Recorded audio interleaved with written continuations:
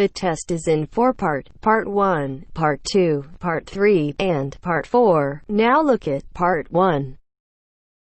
Part 1. You will hear two women talking about house cleaning. First, you have some time to look at questions 1 to 3.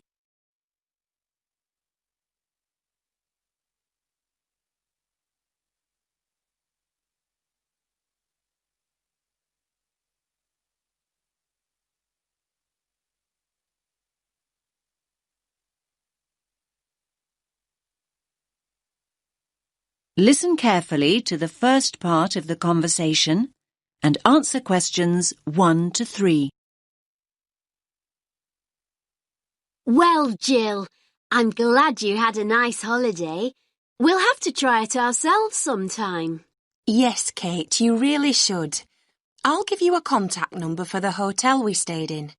Anyway, I must be... Oh, I know what I meant to ask you. Sorry, it was about a cleaner.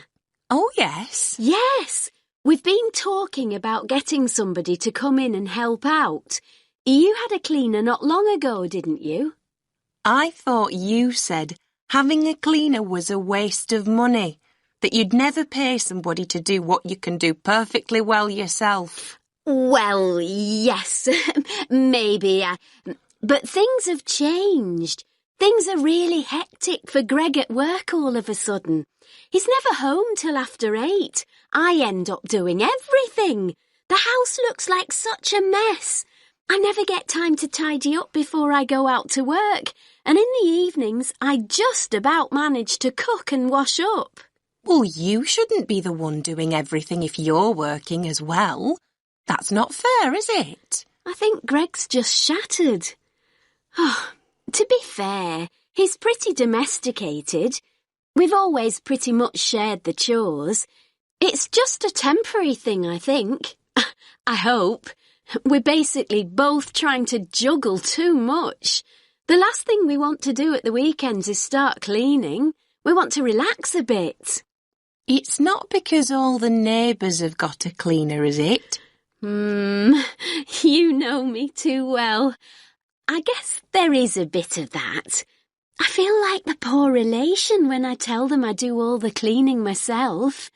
They can't believe I fit in so much. Never worry about what other people think. No. Anyway, one way or another we need a cleaner. Well, as long as it's not too expensive, that is. I don't think it's expensive, and it's money well spent. We only stopped having Tricia come in every week because I was off work with the baby, so I could do most of it myself. So how much is it? Well, Tricia was £8 an hour. I can't say that's what everyone charges. That isn't bad, is it? It's less than I thought. Oh, well, I think we can run to £8. How many hours did she do? 4 hours a week. Well, that sounds about right. Can you give me her number then? Oh, sorry, no. She's not around anymore. She went back to Wales. I think it was Wales anyway, a couple of months ago. Oh, no. That's a shame. Wait a minute, though. We've had some leaflets through the door recently. Let me see if I can find one. I put one here by the phone, I'm sure. You now have some time to look at questions 4 to 10.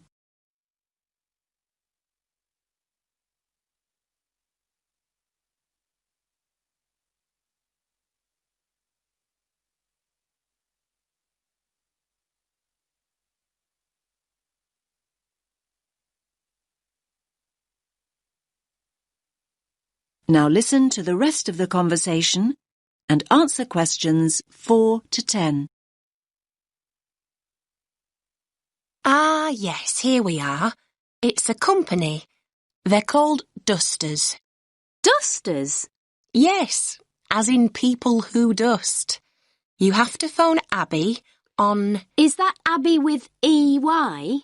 No, it's ABBY. OK. And it's a local number, 650 918. 650918. OK, got it. They do ironing and can look after your garden too, apparently. Ironing would be helpful. I loathe ironing. So, do they say how much it is? Yes, it's $9.50 an hour. That's for all the different services. $9.50? A bit more expensive then. They do a spring clean for £45. So that's one big clean. Do they say how many hours that is? No, it just says spring clean. I guess it's 5 hours, so it's a bit cheaper than 5 hours of cleaning would be normally. Yes, probably. That might be a good idea to start off with. You'll like this too, Kate. They can use organic products if you want them to. Oh, yes, I'd prefer that. I don't like using strong chemicals. They're so bad for the environment. OK, I'll give them a call. Thanks for that. That is the end of part 1. You now have half a minute to check your answers.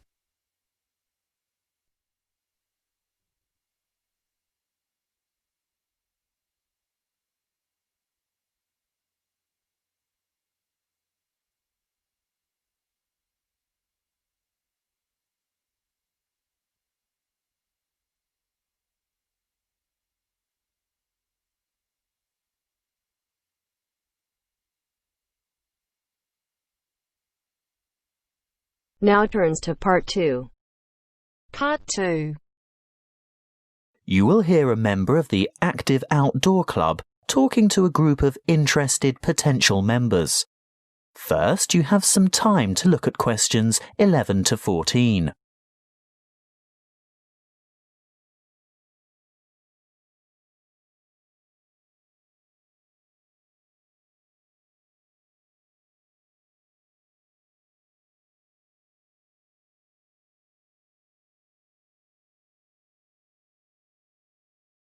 Listen carefully and answer questions 11 to 14.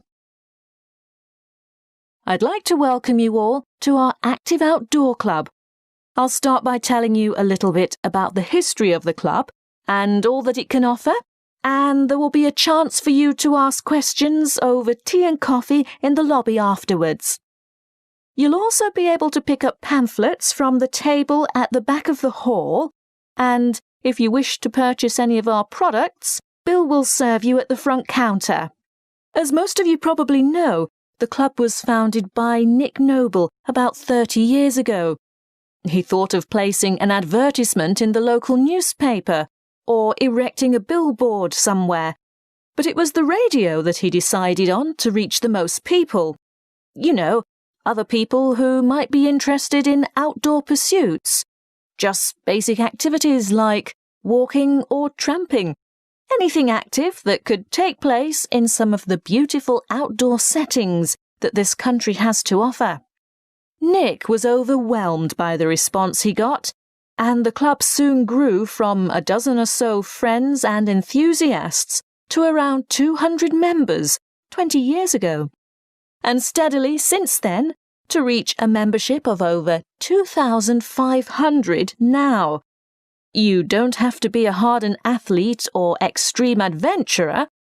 On the contrary, it's a group that encourages friendship and fellowship through social and recreational activities.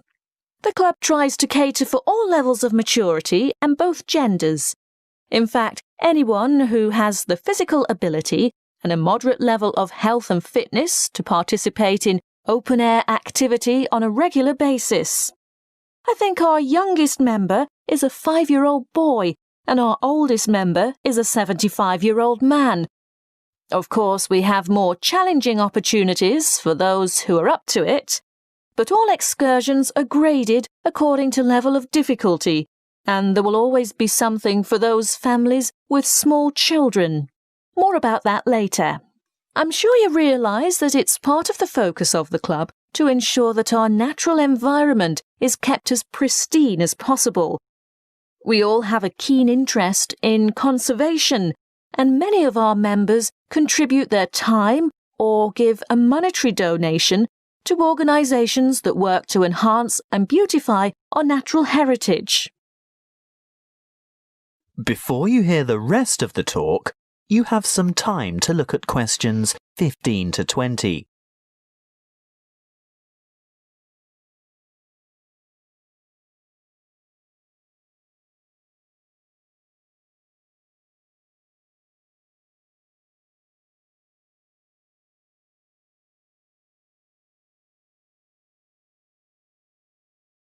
Now listen and answer questions 15 to 20. OK, now going back to the grades of activity, first of all, tramping. This is very popular with singles and couples without children, but is certainly not restricted to those groups. Tramping is arranged for Tuesdays and Saturdays throughout the year. Most tramps are of a duration of 3 to 5 hours, depending on the weather and the terrain, and of course the time of year. You would need to check the newsletter or the website to find out place and time, and if you wish to participate, phone the coordinator who can give you more information. I'll move on now to walking, which is very popular with families, but open to everyone. And walks are arranged for every Thursday and every Sunday over the course of the entire year. Walks last no more than 3 hours, although the Thursday walks might be shorter. And again, you would have to check the newsletter for details of the time and area to meet and get in touch with the walking organiser to confirm your participation. Now, the Wanderers are what you might call a subgroup of the Active Outdoor Club. This group was set up to cater for the less active, more elderly, or families with very young children who still want to enjoy the great outdoors, but without quite so much exertion. Bear in mind that the length of these activities is variable, but we're always home before dark. Any member of the club is welcome to join in their activities on a Sunday, which include visiting some of our more beautiful parks and botanical gardens, beach walks, picnics, and even boat trips to visit some of the small islands off the coast. Often guided tours can be arranged if there is enough interest. If you'd like to see what the Wanderers are up to, check the website and then phone the leader for more information. I'll bet you're all ready for that cup of tea now. But before I finish, I really must mention something that can be a lot of fun. A great opportunity to form new or strengthen existing friendships, and a chance to explore a part of the country that you may never have seen before. These are our mystery weekends. The committee puts a lot of time and effort into the organisation of these weekends away, not only for health and safety reasons, but also to ensure that everything runs smoothly and everyone has a good time. There will be a charge to cover travel and accommodation costs, but apart from that, it's an affordable and exciting weekend away from the city. For more information, call the chairman of the committee. You'll find his phone number in the newsletter. So, that's all I have to say at this point. Please enjoy the refreshments, chat with the others, and feel free to ask questions. All the committee members are wearing large red name badges, so they're easy to find. That is the end of part 2. You now have half a minute to check your answers.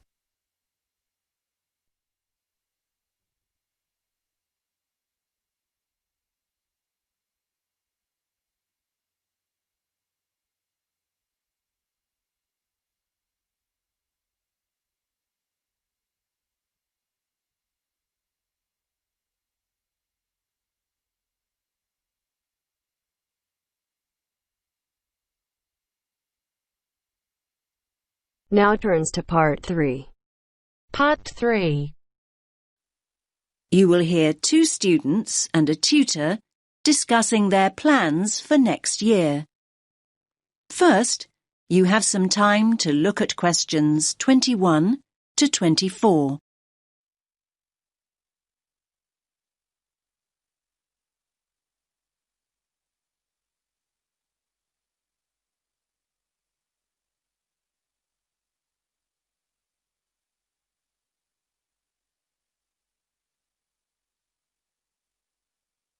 Listen carefully to the first part of the conversation and answer questions 21 to 24.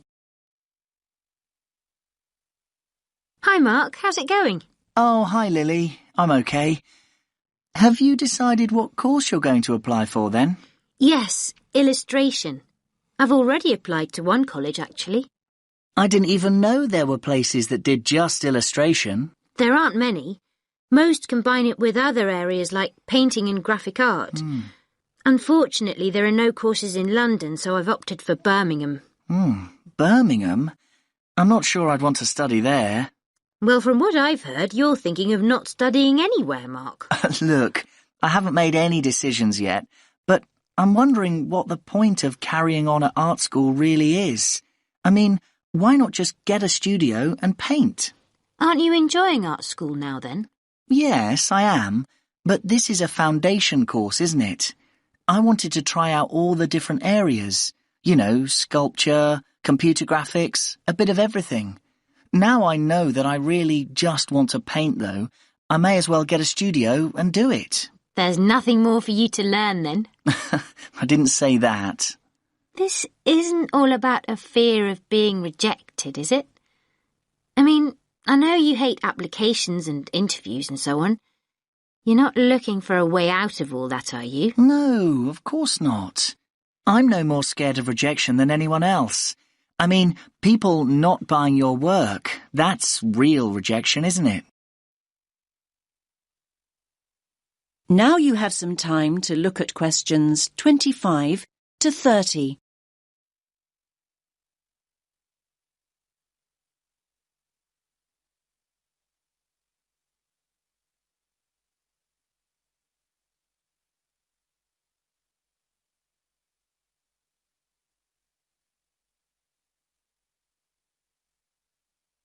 Now listen to the next part of the conversation and answer questions 25 to 30. Hi, do you mind if I join you? We were talking about next year and applying for courses. I couldn't help overhearing. What's this all about then, Mark? Is it true that you're thinking of not continuing at college? I'm looking at other options, yes. I've been reading about artists who claim there's no real advantage in learning formally. There's this Scottish guy who just went to Paris and got a studio. He's doing really well now. In fact, one of the fine arts students here dropped out of her course at the end of the first year and just went to Prague. She loves it there. You might just be looking through rose-tinted spectacles there, Mark. There are plenty of people who regret taking that route, you know. For every artist making a living, there are 20 living on the breadline. Okay, I take your point, but I'm thinking about the cost of 3 years at art school as well. Apart from the actual fees, there are all the living expenses. Students are running up at least £30,000 debt by the end of their course. So, this studio you're planning to get, I take it that'll be free then? If you're contemplating working in Paris or Prague, won't that cost practically the same over 3 years? Maybe, but I'd be selling my paintings, wouldn't I?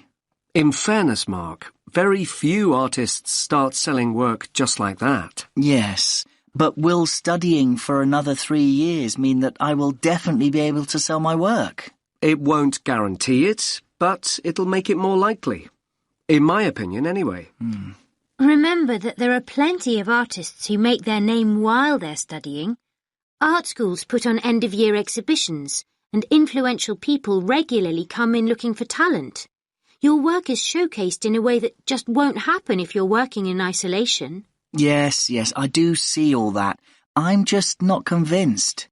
I sometimes question the value of a creative course, full stop. I mean, I often feel almost guilty when I tell people that I'm studying art. I see this look on their face as though they think I should be doing something more useful. I feel that if I get a studio and start working, at least I'd be paying my way. I think the key factor here is that being at art school exposes you to critical appraisal. Perhaps the most essential function of further education is the constant feedback and constructive criticism. It's essential to personal development, no matter what the field is. Yes, we all know artists who paint as a hobby, people who have been doing it for years. They think they're experts and wonder why other people haven't recognised their talents. If only they'd become part of a creative community, they'd understand why that hasn't happened. Yes, I think Lily's right. It's important to keep developing and responding to feedback. Anyway, don't go making any rash decisions. Come and see me.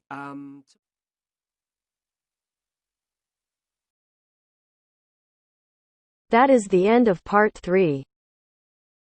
You now have half a minute to check your answers.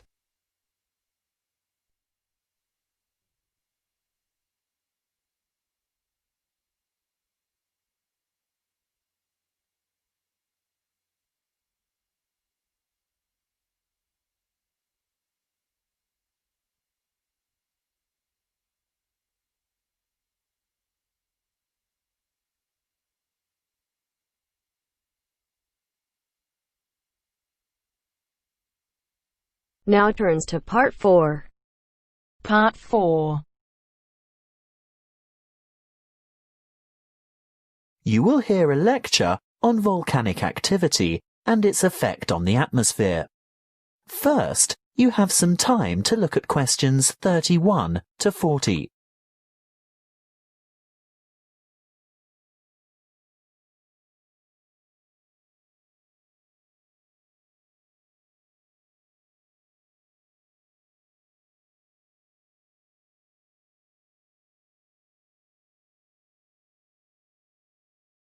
Listen carefully and answer questions 31 to 40. Good morning, everyone.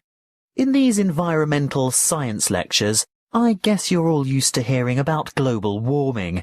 Well, I'm here today to talk to you about one particular volcano and its effect of global cooling. I'll begin by going back a little bit in time. Towards the middle of 1991, the second largest volcanic eruption of the last century occurred in the Philippines, not far from the capital city, Manila, on the island of Luzon. Mount Pinatubo belongs to a chain of volcanoes in the area, and this was by no means its first eruption. There is evidence of eruptions from approximately 500, 3,000 and 5,500 years ago. The events of the 1991 Mount Pinatubo eruption began in July 1990, when a magnitude 7.8 earthquake occurred 100 kilometers northeast of the Pinatubo region. The sleeping giant was reawakened, but few people had any idea of what was in store for them. In mid-March 1991, many earthquakes were experienced around Mount Pinatubo, and this is when volcano scientists, or volcanologists as they are called, started their investigation of the mountain. Before the disaster, thousands of people lived in very close proximity to the mountain, and on April 2nd, small explosions from vents near the crater dusted their villages with ash. This resulted in the order for evacuations of 5,000 people later that month. Earthquakes and explosions continued to harass the residents, and on June 5th, a Level 3 alert was issued for 2 weeks because of the possibility of a major eruption. However, the appearance of a large amount of lava protruding from the mountain on July 7th led to the announcement of a Level 5 alert on June 9th, indicating an eruption in progress. An evacuation area within 20 kilometers of the volcano was established, and this time 25,000 people were evacuated. On the following day, Clark Air Base was evacuated, and the danger radius was extended to 30 kilometers from the volcano, resulting in the total evacuation of 58,000 people. On June 15th, just after midday, the eruption of Mount Pinatubo commenced and lasted 9 hours, causing numerous major earthquakes due to the collapse of the land at the top of the mountain and the creation of a huge caldera. What's a caldera? I hear you say. Well, it's obvious really. With a huge eruption such as this, where enormous amounts of material have exploded into the air, the summit falls into what is now an empty chamber, and thus forms a large crater. As luck would have it, as the eruption was taking place, a tropical storm was passing just to the northeast of Mount Pinatubo, bringing a lot of rainfall to the area.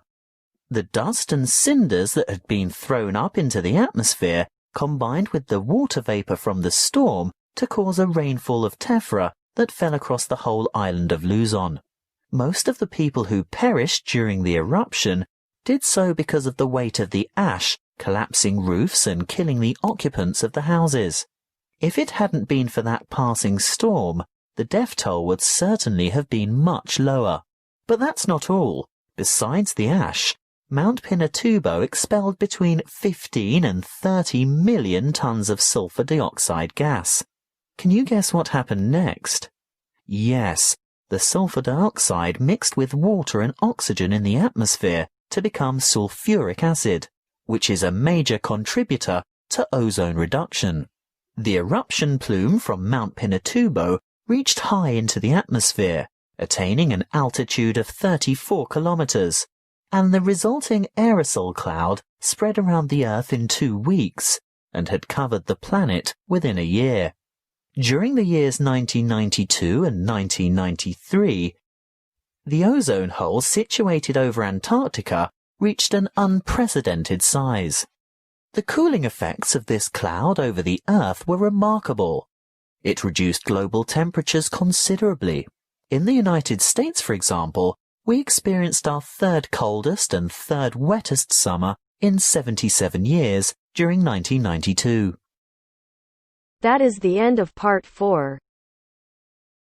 You now have half a minute to check your answers.